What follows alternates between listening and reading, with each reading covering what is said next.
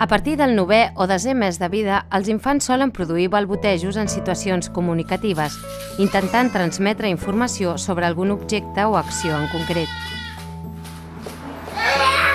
Aquesta, vols? Té. I aquesta la vols? El cotxe. A més, pot fer servir gestos d'assenyalament, ja que aquesta capacitat s'adquireix en la mateixa etapa del desenvolupament.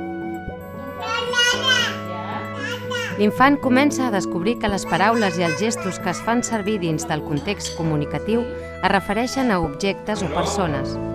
¿Qué te pasa? Que no se abre.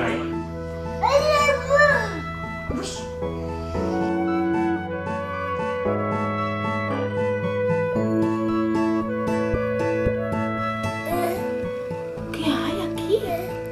¿Un osito? Les activitats amb diferents objectes i entorns generen una varietat de situacions comunicatives que afavoreixen l'ús i la comprensió del llenguatge. És per això que fer partícip a l'infant enriquirà la seva intencionalitat comunicativa i el balboteig, que de mica en mica s'anirà convertint en paraules.